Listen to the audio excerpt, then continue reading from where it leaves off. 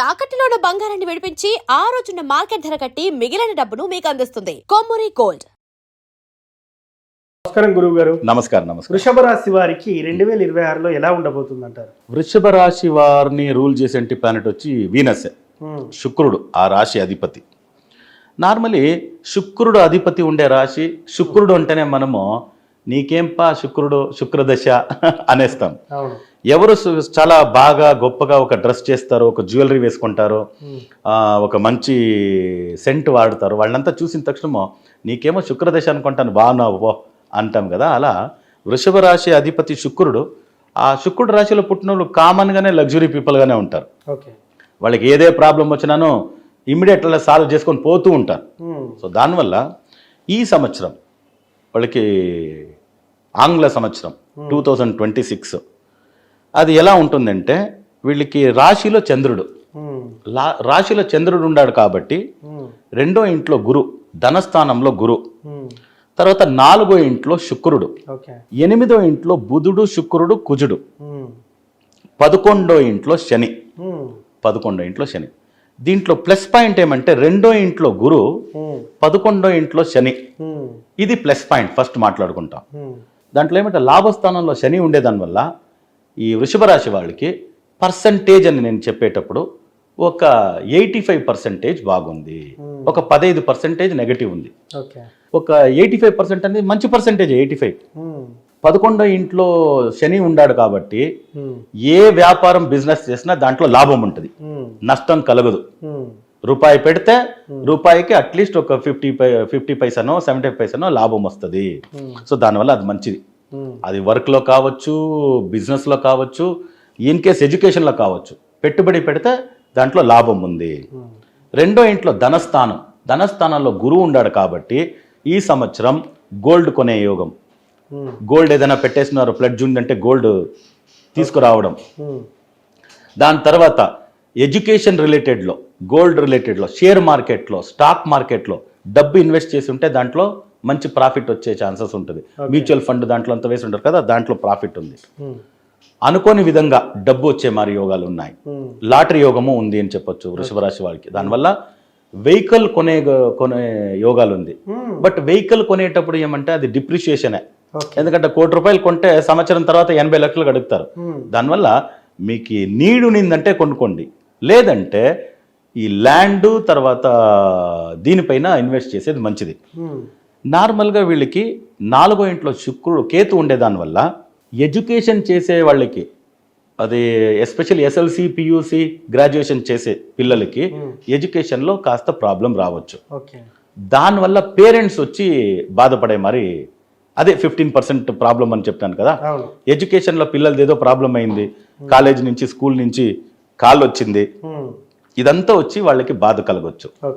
అమ్మవారికి వృషభ రాశిలో పుట్టిన తల్లి, వృషభ రాశిలో పుట్టిన పిల్లల తల్లి గారికి హెల్త్ ప్రాబ్లము, గండాంతరాలే రావచ్చు. ఏదైనా యాక్సిడెంట్ అయిపోయిందండి, ఏదో ప్రాబ్లం అయిందండి అనే మాదిరిగా రావచ్చు. దానివల్ల వృషభ రాశిలో పుట్టిండే వాళ్ళ తల్లి గారు ఒక సీనియర్ సిటిజన్ ఆ ఏజ్ గ్రూప్లో ఉంటే చాలా జాగ్రత్తగా చూసుకోవాలి కదా. ఇప్పుడు వృషభ రాశిలో పుట్టిన వ్యక్తి వాళ్ళ అమ్మ వచ్చి ఒక 40 years అంటే ఏం పెద్ద ప్రమాదాలు జరిగే ఛాన్సెస్ లేవు.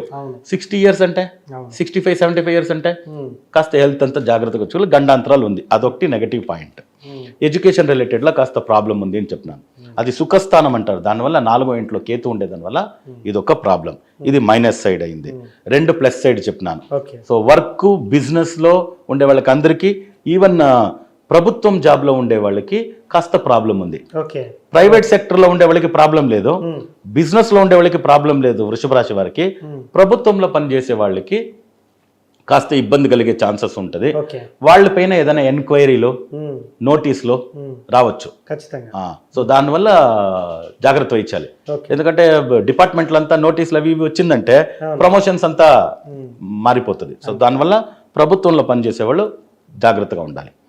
తర్వాత అన్నదమ్ముల నడుమ, అక్క చెల్లెల నడుమ ప్రాపర్టీ ప్రాబ్లమ్స్, లిటిగేషన్స్, ఒకరు ఫస్ట్ క్లాస్గా ఉండే అక్క చెల్లెలు గొడవలకు దిగొచ్చు, కేసులు పెట్టుకోవచ్చు.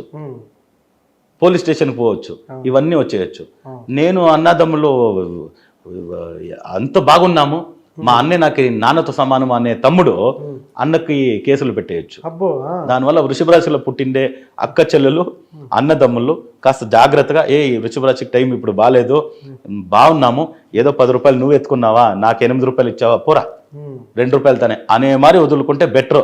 లేదంటే అన్నదమ్ములు అక్క చెల్లెలు ప్రాపర్టీ లిటిగేషను, ల్యాండ్ డిస్ప్యూటు, ఎవరా ఫ్యామిలీ ఇలా ఎంత మంచి ఫ్యామిలీ ఇలా కొట్టుకుంటున్నారు కదా అని నలుగురు మాట్లాడేంత వరకు వచ్చే ఛాన్సెస్ వృషభ రాశికి ఉంది. దానివల్ల ఇదంతా ప్రాపర్టీ ఇవంతా పెట్టుకునే వాళ్ళంతా కాస్త విలేజ్ సైడ్ ఉండే వాళ్ళే ఉంటారు కదా, ఎక్కువ ల్యాండ్స్ అవి పెట్టుకున్న వాళ్ళు వృషభ రాశి వాళ్ళు జాగ్రత్త వహించాలి. లేదంటే కుటుంబం మాన మర్యాద అంతా పోతుంది, దానివల్ల గంగలో కలిపినట్లు అయిపోతుంది. అదొకటే జాగ్రత్త వహించాల్సింది. అది తప్ప మిగతాన్ని ప్లస్ పాయింట్ చెప్పున్నాను. 85% బాగుంది అనేసి. సో లాటరీ యోగాలో ఉంది, డబ్బు గిబ్బు సంపాదించే యోగాలు అన్నీ ఉంది, షేర్ మార్కెట్లో స్టాక్ మార్కెట్లో ఇన్వెస్ట్ చేయొచ్చు, రియల్ ఎస్టేట్ కూడా బాగుంది. సో స్థలాలు కొనుగోలు చేసేది అవి ఇవి ఎంత చేసుకోవచ్చు. బట్ ఫ్యామిలీ డిస్ప్యూట్స్ వచ్చి ప్రాపర్టీ ప్రాబ్లమ్స్ రావచ్చు. వాళ్ళు రియల్ ఎస్టేట్లో ఇన్వెస్ట్ చేసేది వచ్చే దాంట్లో అంతా ప్రాఫిట్ అంతా ఎక్కువనే చేసే ఛాన్సెస్ అంతా ఉంది.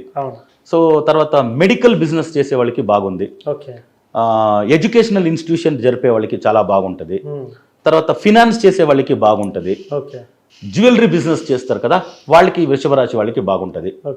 తర్వాత హాస్పిటాలిటీ ఇండస్ట్రీ అంటే hotels, resorts, food and beverage చేస్తారు కదా వాళ్ళకి చాలా బాగుంటుంది.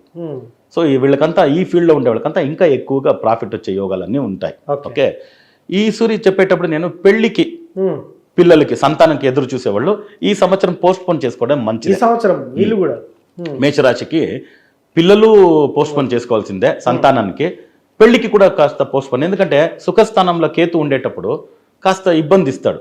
సో దానివల్ల కొంచెం సీరియస్గా ఉండేదానివల్ల మంచి సంబంధాలు కుదరదు ఈ సంవత్సరం. అలా మీరు లేదు చాలా ప్రెషర్ ఉంది చేసుకునే తీరాలి పెళ్ళి అంటే డబల్ చెకప్ చేసుకోవాలి. ఇప్పుడు కొందరంతా చూసేటప్పుడు ఏమండి వాళ్ళు ఫస్ట్ క్లాస్గా ఉన్నారు, వాళ్ళకి ప్రాపర్టీ ఉంది, మాకి ప్రాపర్టీ ఉంది, అమ్మాయి చదువుకుంది, అబ్బాయి చదువుకున్నాడు, అమ్మాయికి ఇంజనీరింగ్ కంప్లీట్ అయింది, అలా చేసుకునేసి తర్వాత అండర్స్టాండింగ్ లేక కష్టపడేదంతా ఉండే ఛాన్స్ ఉంది. కాబట్టి పెళ్ళిని పోస్ట్పోన్ చేసుకుంటే మంచిది. మంచి సంబంధాలు, లేదంటే మంచి సంబంధాలు అంటే డబుల్గా చెకప్ చేసుకోండి, డబుల్ చెకప్తో పాటు పెళ్ళికి వెళ్ళొచ్చు. సో వీళ్ళు ఈ ప్రాబ్లం నుంచి బయట వచ్చేదానికి వీళ్ళకి లక్కీ డైరెక్షన్ వచ్చి నార్త్. ఈ సంవత్సరం మొత్తం ఏ పని మొదలుపెట్టినా నార్త్కి ఒక 2 అడుగులు వేసి ఒక మెసేజ్, మెయిల్, ఒక కాల్ అటెండ్ చేస్తామంటే కూడా నార్త్నే లక్కీ డైరెక్షన్గా పాటించినారంటే చాలా చాలా మంచిది. ఈ సంవత్సరం మొత్తం బాగుండేదానికి వెంకటేశ్వర స్వామి ఆరాధనే మంచిది వీళ్ళకి. కలియుగ దైవం వెంకటేశ్వర స్వామి. వీళ్ళు లక్ష్మీ యోగంలో పుట్టినవారు. వృషభ రాశి అధిపతి శుక్రుడు అధిదేవత వచ్చి సాక్షాత్ లక్ష్మీ అమ్మవారు. సో లక్ష్మీ అమ్మవారికి నచ్చిన వారు ఇంకెవరు ఉన్నారు? వెంకటేశ్వర స్వామిని. దానివల్ల వెంకటేశ్వర స్వామి మంత్రాలు, విష్ణు సహస్రనామాలు, సో వెంకటేశ్వర స్వామి ఎంత ఆరాధన చేస్తారో వృషభ రాశి వాళ్ళకి ఏదే చెడు ఉన్నా అది ఇంకా తగ్గుతుంది, ఏది మంచితుందో అది ఇంకా ఎక్కువ అవుతుంది. సో దానివల్ల వృషభ రాశి వారు ఇలా ఈ పరిహారం చేసుకుంటే చాలా మంచిగా ఉంటారు, బాగుంటారు. మొత్తానికి వృషభ రాశి వారికి 2026లో ఎలా ఉండబోతుందో చాలా చక్కగా తెలియజేశారు సార్. ధన్యవాదాలు. నమస్కారం.